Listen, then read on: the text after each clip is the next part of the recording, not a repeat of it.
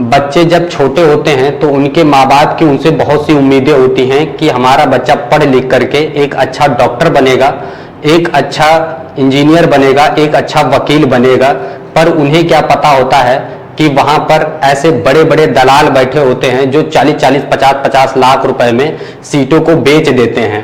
तो ऐसे अब एक गरीब आदमी जो अपने बच्चे को बचपन से लेकर के बड़े तक इतनी मेहनत से पढ़ाता है, अपना घर बेचकर, अपना खेत बेचकर या फिर मजदूरी करके इतनी मेहनत से पढ़ाता है, और वहां पर ऐसे जो शिक्षक हैं, ठीक है, इन्हें शिक्षक कहते हुए भी शर्म आए कि वो एक ऐसी मतलब ऐसे घिनौने काम करके 10-10, 20-20 लाख, 50-50 लाख सीटों में जाकर के जो है बेच देते हैं।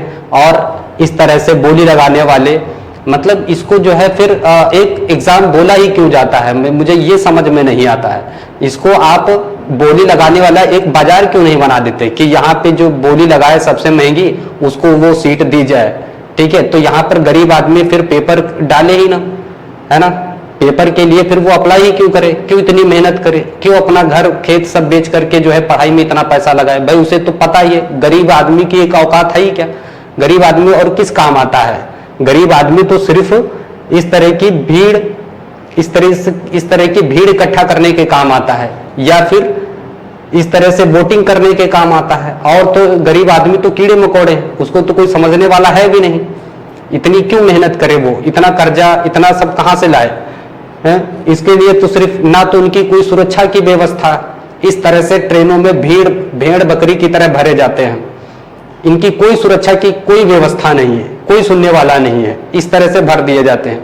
हर साल हमारे यहाँ पे जो है ट्रेन एक्सीडेंट होते हैं जिसमें हमेशा 20-25 मारे जाते हैं, ठीक है। और फिर भी सरकार इनकी सुरक्षा को लेकर के कोई व्यवस्था नहीं की जाती है। पिछले साल भी उड़ीसा में इस तरह का ट्रेन हादसा हुआ जिसमें 50 लोग मारे गए, और इस साल फिर पश्चिम बंगाल में कल एक हादसा हुआ जिसमें इस तरह से ट्रेन में मारे गए। हमें बुलेट ट्रेन की आवश्यकता नहीं है, अभी जो ट्रेनें हैं उन्हीं में ही सुरक्षा व्यवस्था को बढ़ाया जाए। अभी जो है इतना समय बचा करके हम लोग करेंगे भी क्या भाई। जो लोग रैलियों में जाते हैं, भीड़ लगाते हैं, वहां से टाइम बचा करके फिर यहाँ पर ऐसी बुलेट ट्रेनों की क्या आवश्यकता है जब ऐसी यहाँ पर जो इनकी सुरक्षा की कोई व्यवस्था नहीं है। तो मेरे हाथ जोड़कर अपील है सरकार से कि जो है ऐसी जो इस समाज में ऐसी अव्यवस्थाएं चल रही हैं इन पर जरूर कार्रवाई करें, इन पर ध्यान दें।